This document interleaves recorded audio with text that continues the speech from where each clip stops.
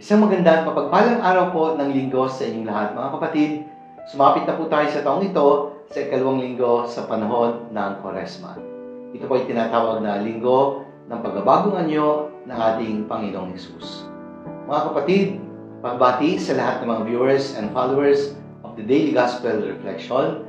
Sa lahat po ng mga deboto ni San Antonio ng Padua, binabati din po namin kayo at lahat po ng mga members ng 1000 Club of St. Anthony, Samahang Bukas Palad ni San Antonio, at ang lahat po ng mga benefactors ng National Shrine of San Antonio de Padua. Lubos po ang aming pasasalamat. Patuloy po nating ipanalangin ang isa't isa. At welcome po sa ating Daily Gospel Reflection. Sama-sama po nating pagnilayan ang mga salita ng Diyos mula sa mabuting balita para sa linggong ito.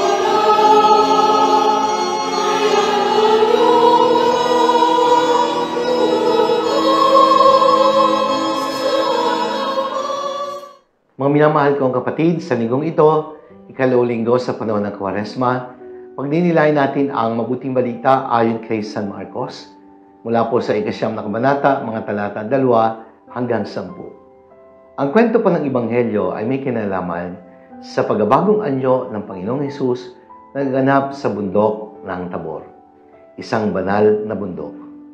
Ang title po ng aking pagninilay ay nagsasabing, katulad ni Hesus, mga anak din tayong minamahal ng Diyos.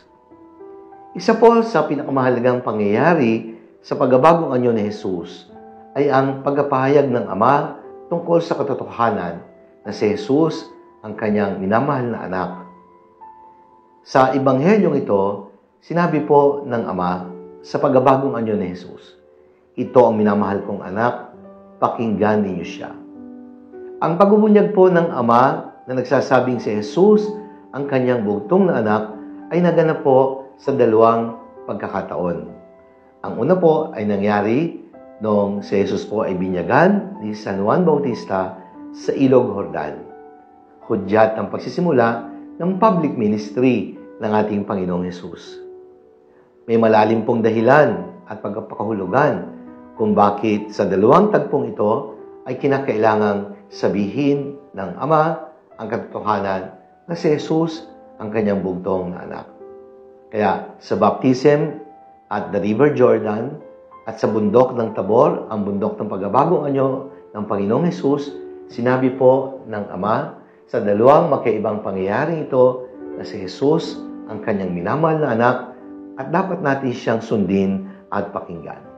Kaya unahin natin yung naganap sa Ilog Jordan ng binyagan ni Juan Bautista ang Panginoong Hesus. Ang pangyayari pong ito ay naganap matapos ang 40 araw na pag-aayuno at pananalangin ng Panginoon doon po sa disyerto. Kaya after the 40 days of fasting and prayer, si Hesus po ay pumunta kay Juan sa Ilog Jordan at doon ay bininyagan. Sabi pa nga ni Juan Bautista, "Hindi po kayo dapat magpabinyag sa akin. Ako po ang dapat na binyagan ninyo." Subalit, sinabi ng Panginoon, "Gawin mo ito, sapagat ito ay kailangan mangyari upang matupad ang kalooban ng Ama." At ito po ay nangyari, napakalapit po sa lugar na kung tawagin ay Dead Sea o yung dagat na patay. Ito po yung lowest point on earth. Lowest point on earth. Kaya si Jesus po darating din sa sinasabing lowest point in His life. Siya po ay tutulugsain sa kabila ng kanyang mga mabubuting ginawa. Siya po ay dadakpin. Siya ay pahihirapan. Siya ay pagpapasanin ng krus, hahagupitin sa haliging bato, ipapako sa krus, tutuyain siya, babastusin siya, naranas ng maraming paghihirap. Hindi po madali ang buhay na yayakapin ng Panginoon. Pero para bang sinasabi ng Ama, even at the lowest point in your life, hindi mababago ang katotohanan na ikaw ang aking minamahal na anak. Lubos kitang kinalulugdan. Mananatili ang kanyang identity at hindi mawawala. Kahit sa punto na tila siya ay iyuyurak-yurakan, inaapi, pinahihirapan. Ano po ba ang maaaring mensahe nito sa atin? Kung tayo, katulad ni Jesus, ay mga anak ng minamahal ng Diyos, maaaring dumarating din tayo sa punto ng buhay na para bang gusto nating sumuko. We experience coming into the lowest point and experience sa buhay natin. But the truth that you are God's beloved sons and daughters will always remain. Kaya anuman ang mangyari, anumang hirap na ating danasin sa buhay, hindi mababago ang ating identity bilang mga anak ng Diyos.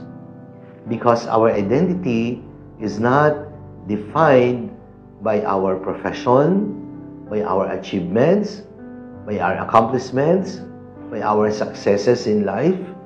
Ang ating pong tunay na dignidad at identity ay nakatali sa ating relasyon sa Diyos. Tayo ang minamahal ng mga anak ng ating Ama. Sabi nga nila, we are not what we have. We are not what we do. We are not others are saying about us. We are God's beloved, and that is our true identity. Pangalawa, ang pagbabagong anyo ni Jesus. Sabi ko nga, dito sinabi ng Ama, ikaw ang minamahal kong anak, na lubos kong kinalulugdan. Kaya, sa mga peak moments natin, sa mga transfiguration moments natin, hindi nababago ang ating identity sa pagiging tunay ng mga anak ng Diyos. Pero, ang totoo niyan, itong pagbabagong anyo ng Panginoon ay parang prefiguration lamang na mangyayari sa likod ng kanyang paghihirap at kamatayan. Pumunta lang ang Panginoon sa bundok ng Tabor upang manalangin at upang ipakita sa mga piling alagad na ang kanyang pagbabagong anyo ang magiging dulo ng kanyang paghihirap at kamatayan. Hindi isang paglalakbay patungo sa kawalan ang yayakaping paghihirap at kamatayan ni Jesus.